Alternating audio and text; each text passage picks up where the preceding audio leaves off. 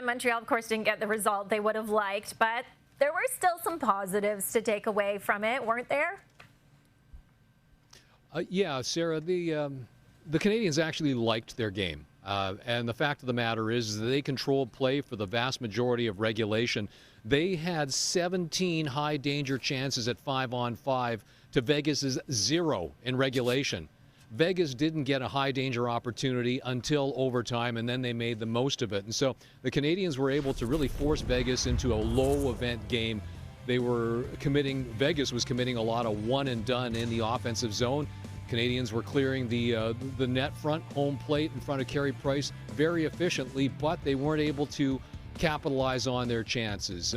Paul Byron being the only exception.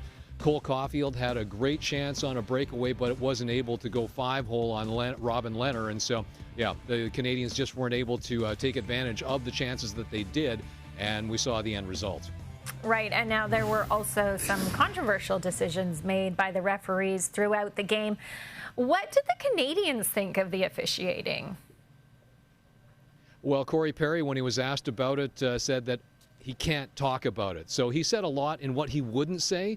Luke Richardson was very diplomatic when he was asked the same question, essentially, and he admitted that in Game 3 that players were getting, as he called it, a little bit bent out of shape by what was going on in the imbalance of calls and non-calls for that matter. And so the coaching staff addressed that with the Canadiens players prior to Game 4, asked them to focus specifically on what they were able to control, and that is certainly not the officiating. And so he felt that they did a better job of that, but even so said that the leaders on the club, like Shea Weber, Corey Perry, they were talking to the refs a lot tonight because they have more experience, more respect, more currency around the league. But whether that had any effect or not in the Canadiens' favor, it certainly wasn't apparent, and that's something that's certainly will still be a talking point as the series moves to Vegas for Game 5. Yes, and I guess leave that communication with the referees up to the veterans to take care of.